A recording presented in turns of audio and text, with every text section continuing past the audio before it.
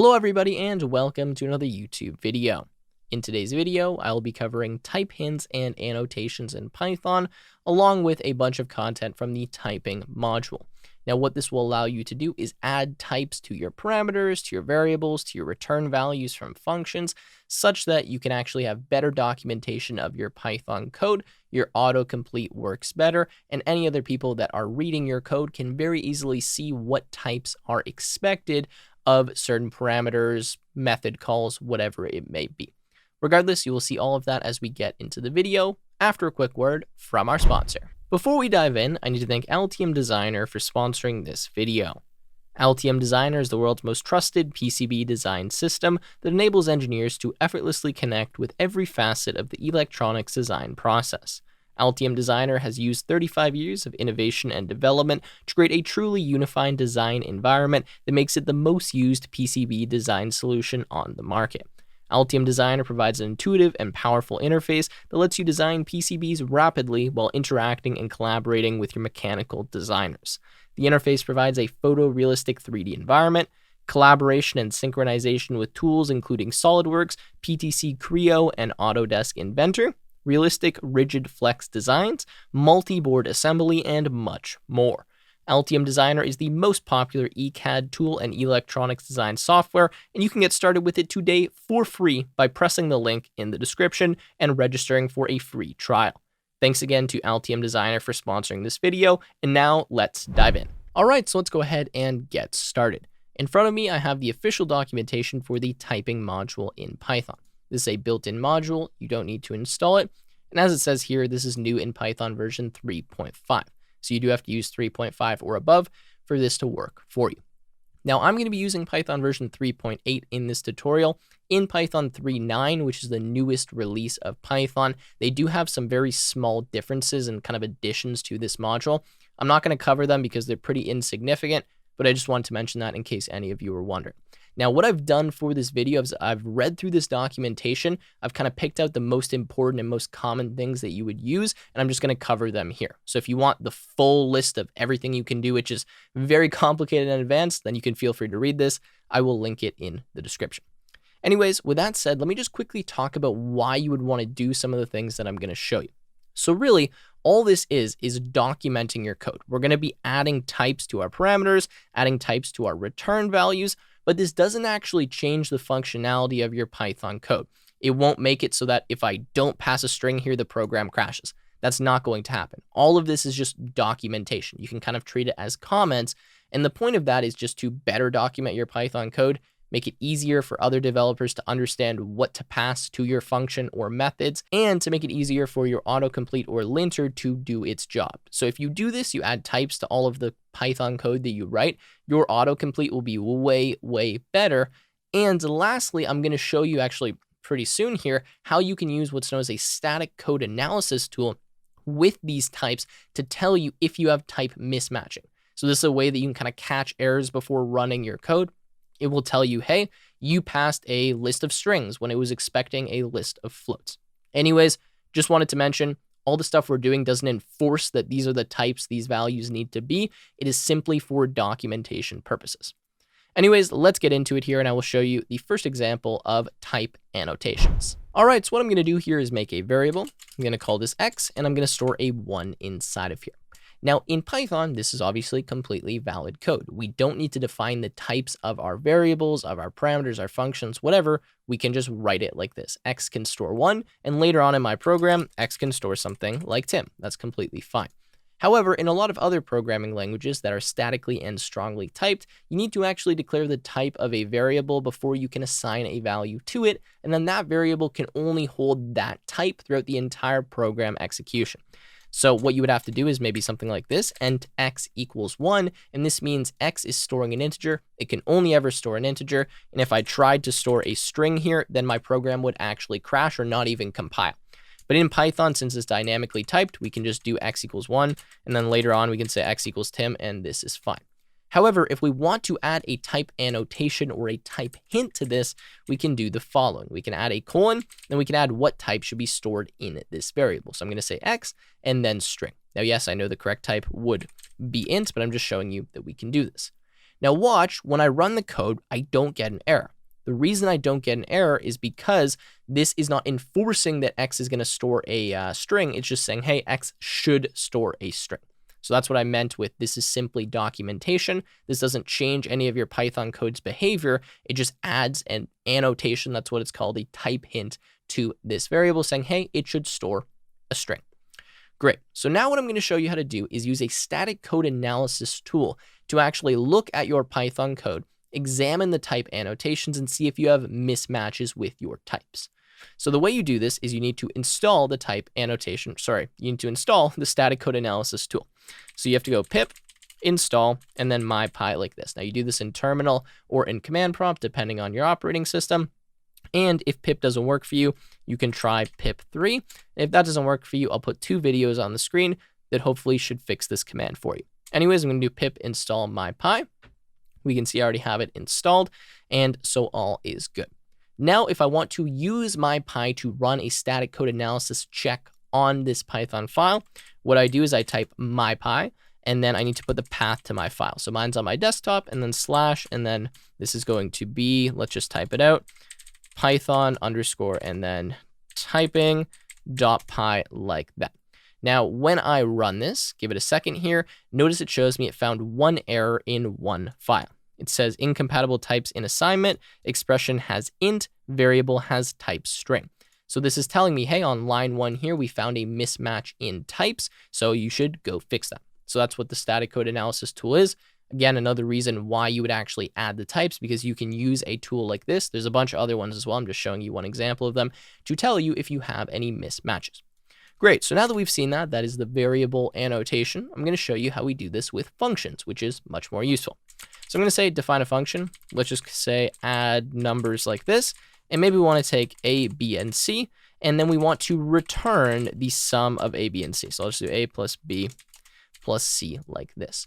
Well, now I want to add my types to this. So just like I added the type for my variable, for each of my parameters, I will say that these should be an int. So I'll go int like that, okay? Then I want to add the return type of my function.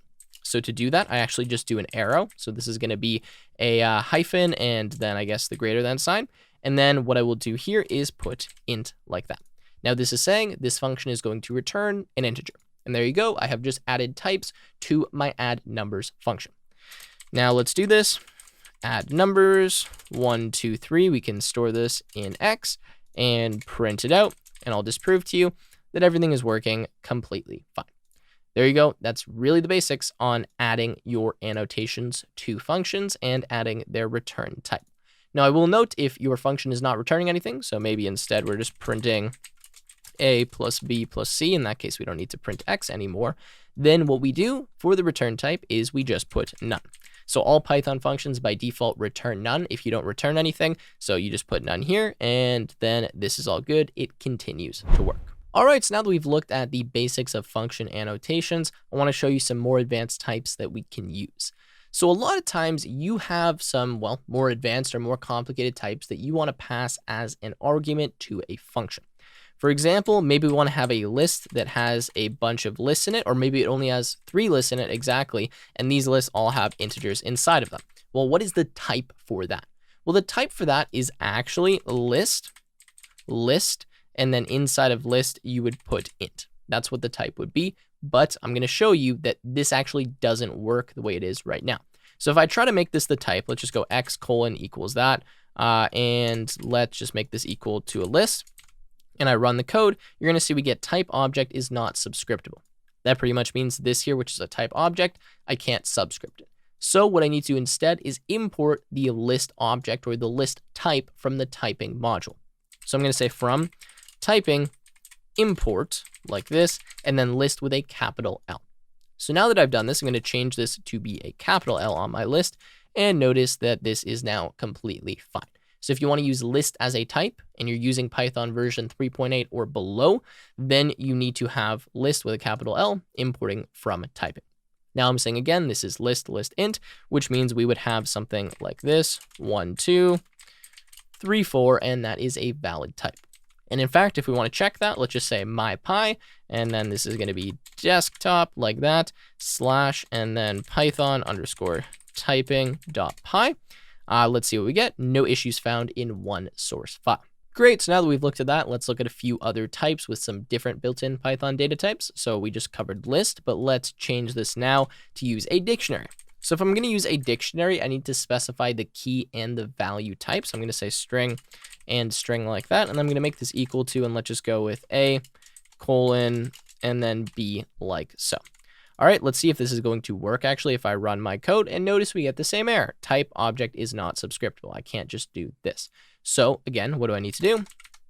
I need to import dict like this from typing. So now if I do this with a capital and I run the code, all is good. And if we run our mypy command, let's see, no issues found in one source file. So that's how you would do it for dict. Now, if you want to do it for set, the same thing's going to happen. So you need to import set like that.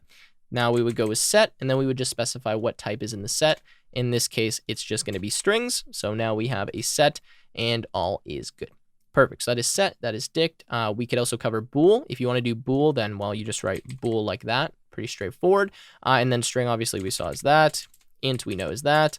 And float we know is that. Great. All right, so now that we've looked at those, let's look at an example of creating our own types. So a lot of times what you want to do is have a very complicated kind of type like this, and you want to simplify it by just giving it a name. So a good example of this is something like a vector, okay? So what I can do is the following. I can say vector, doesn't matter if I have a capital or not, but this is kind of convention, is equal to, and then this is going to be a list, and this list is going to contain floats, okay? So I'm just going to say this is my vector type.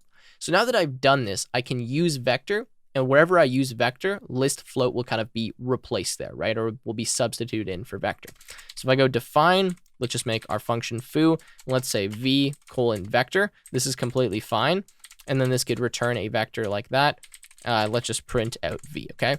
Now watch, if I start typing foo, notice it's giving me the type completion here, right? It's saying v list float gives me list float. So I have vector here, but it's replacing it with list float. So hopefully that kind of makes sense, but you can do this, right? You can just store a type inside of a variable and then use that variable as that type. This is very nice when you have super complicated types. Let's make another one. Let's say vectors. Maybe vectors is equal to a list of vector objects. Again, this is now completely valid. Our vectors type is just a list that contains a bunch of vectors, which is the type that we defined up here. So we can use our own types in these. Now, let's just do another example. I probably should have just left what we had before. Let's go v and then vectors like that. And then we'll return a single vector. And let's just go pass and let's call the function. And notice it tells me list float, and then list float. So there you go. That is how you make your own custom types. They can store whatever you want. In fact, you could even do something as simple as like vector equals float. I don't know why you do that, but you could do that.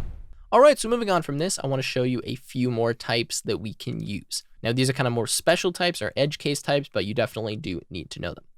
All right, so let's make a function. Let's call this foo, and let's have this function take in an optional keyword argument, something like, I don't know, let's go with output is equal to false, okay? So if I was going to add the type for this, then what I would do is the following. I would just say output, and then I would go with bool like that is equal to false. If I run this, everything is totally valid, no errors at all. That's fine. Now, when I call this foo function, I can call it with or without output. The thing is, this is optional. And right now, this type does not specify that this parameter is optional. Now, if I do run my static code analysis tool, you will see that it's not going to give me an error here. If I were to try to call the foo function without this parameter, without output, this would be fine. I wouldn't get an error. But to make this the most correct type that it can be, you need to specify that it's optional.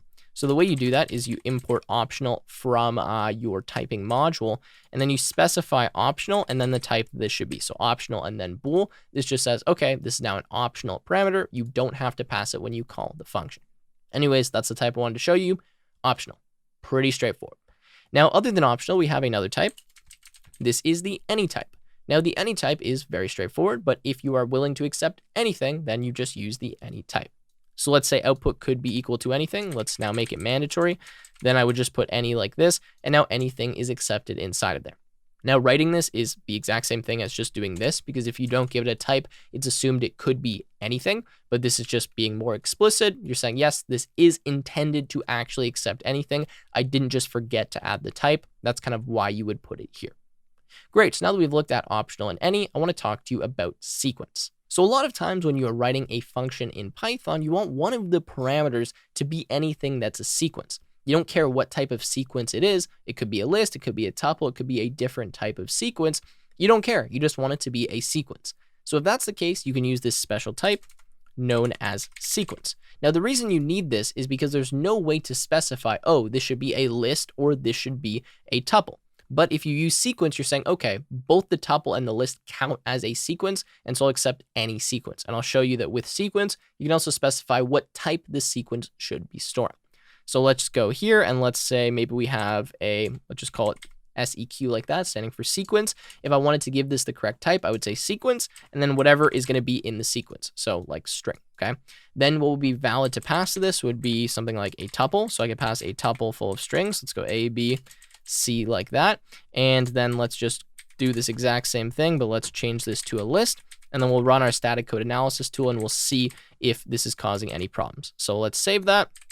Let's run mypy. Notice we are all good. However, watch what happens if I go and now I try to pass, let's just pass a int, pass foo with 1.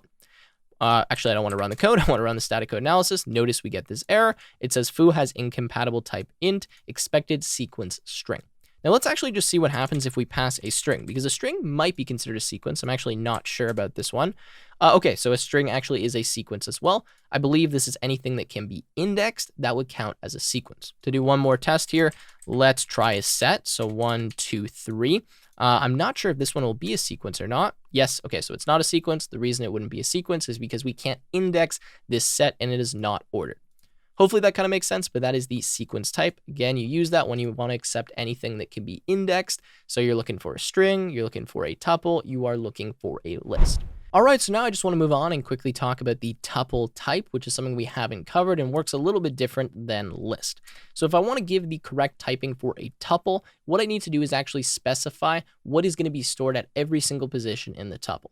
Just watch. If I say x colon tuple like this, what I can do is say, okay, this is a general tuple object. So in this case, I can put anything inside of here and it's fine. So if I go with like hello, and then let's run our mypy here, notice this is completely fine. However, if I do want to specify what's inside of the tuple, then what I would need to do is import tuple like this, and then go with tuple. Now, usually, if we just had ints inside of our tuple, we might imagine we could do tuple ints like this, and this would be fine. However, if I save this and run mypy, notice we get an error. It says that the expression has type tuple int, int, int, and it found tuple int. So what that means is we actually need to specify what every single element in the tuple is. So int, int, int like that. And now if we run mypy, that should be good. All right, just wanted to quickly cover tuples because they're a little bit different than lists, and I showed those previously. All right, so now that I've covered the tuple type, what I want to cover is callable. Now, callable is what you use when you want to accept a function as a parameter. This is actually very common, especially if you're doing some more advanced, like not beginner programming. You want to accept functions as a parameter. Anyways, the way you do that is using callable. So we need to import callable like that from typing. And let's say that we want this foo function to accept a function, and it's just going to call this function with, let's say, values 1, 2. Well, the proper type for this function would be callable. And then what I would need to do here is define another set of square brackets and define the parameters that the callable function is going to have, as well as the return type. So I would say int, int, and then int like this. Now what this says is, okay, this callable function that you pass to me has to have 2 int parameters and has to have an int return type. Now let's say it had an optional int parameter. Then you would go optional int like that, right? You would add that as the third value here inside of callable. So hopefully that kind of makes sense, but let's look at an example. So let me define some function. Let's just call this add. Let's take x, y. X is going to be an int. Y is going to be an int. And then what is this function going to return? Well, this is going to return an int like that. And then what I would do here is, oops, that's not what I meant to do. I would just return x plus y. Now, I forgot I do need to specify the return type for this function as well. So I will make that none. And now if I call foo, I can directly pass the add function. And if I run mypy, we shouldn't see any errors. We are all good. However, let's see what happens if I remove one of these parameters. So if I remove the y parameter and now I run my static code analysis, notice we get an error because this function does not have the correct parameters inside of it. Great. Now, in the same way that we can do this for a parameter, we can do this for a return value. So maybe what I do instead is actually this. Let's copy this. Let's define this function inside of here. And then now we want to actually return a callable. So I'm just going to copy this here and make this the return type. So let's do this. Let's just make this empty and then return add like that. So I'm sure this is a little bit complex, but what I'm doing is adding a nested function inside of this function. And now I'm saying, okay, I'm going to return a new function. This function, well, it's callable. It's going to have 2 parameters and its return type is going to be int. And if I run mypy here, notice we are all good. Great, so now that we've looked at that, I will quickly mention that this also works with the lambdas as well. Now you can't actually add type hints for lambdas, at least not very easily, but if you want to return a lambda function, then you could just do this, lambda x, y, and then let's just return x plus y. Now, since I didn't specify the types, and again, it's very difficult to specify the types for the lambda, what you could do is this. I'll run mypy and notice all is good. Now, if I wanted to specify the types for the lambda, I'll actually just show you how you would do this. You would make a variable. So let's go with func colon, then you would specify its type as callable int in this situation, make it equal to the lambda, and now you could just return function like that, and this would be fine. Now you specify the types for your lambda function. If this looks super complicated to you, don't worry about it too much. Just for anyone wondering, this is what you would do if you're going to return a lambda. All right, so now we are almost done. The last thing I'm going to cover is generics. Now, this gets a lot more advanced than what I'm about to show you here, but I'm just going to give you a general introduction. So let me import something called type var here. Now, I'm just going to go through an example, then I'll explain what has happened. I'm going to say t is equal to, and this is going to be type var with t. Now, this is the actual name of the type, so usually you just match it with the variable name, but you could make this something different if you wanted to. Anyways, what I'm saying is that this is going to be a generic type. Now, a generic type is something that's kind of a placeholder. I'm saying, okay, I don't know what this type is actually going to be, but I'm going to call it t so that I can consistently reference it throughout a function or class or whatever it may be. Again, I'm sure this makes no sense right now, but let's just do an example. I'm going to say define, and let's say get underscore item, okay? Now, what this is going to take in is a list. So I'll say lst is colon, and then this is going to be list at, and then t, okay? So a little bit weird, but list at t, and then we will take an index. This will be an int, and we will return t. Okay, now let's just return lst at index. All right, so this is a good example of generics. The way this works is t is a placeholder variable. I'm saying I'm going to accept a list. This list can have any element inside of it. So it could be an int, it could be a float, it could be a string, and any number of ints, floats, strings, whatever. But they have to be the same type. That's the point of this t, is I'm saying, okay, I don't know what type is going to be inside of the list, but I'm going to represent it by t, and I'm going to assume that everything inside of the list is the same type t. Then I'm going to return t. So whatever was inside of the list, whatever that type is, that's the type that I'm going to return. So that's the point of doing this, is you're saying, all right, I want this to be a flexible function that works for any type, so anything inside of a list, but to properly do my typings here, I need what's known as a generic. Again, they go into much more depth in this in the documentation, but I wanted to introduce this to you because for most of you, this is probably all you need, but you can actually create a generic class. You can create all kinds of very complicated generic types. And with that said, I think that wraps up pretty much everything I needed to cover in this video. I apologize if this was kind of all over the place. I'm definitely no master at this typing system, but I wanted to give you guys an introduction. And I feel like what I covered here is probably about 95% of the average use case of most people. Again, the real advantage of doing this is that you have documentation for your code, your autocomplete and your linters are going to be better. And if you're working in a large code base, it's going to be way easier for other people to determine what is accepted in your function and if that was intended or not, right? Just like we had this any type, we're specifying explicitly what we are accepting, just so people know, hey, this was not a mistake. I do actually want to accept, say, any value inside of here. Hopefully you're getting the point. Regardless, with that said, I am going to end the video here. I hope you enjoyed. If you did, make sure to leave a like, subscribe to the channel, and I will see you in another one.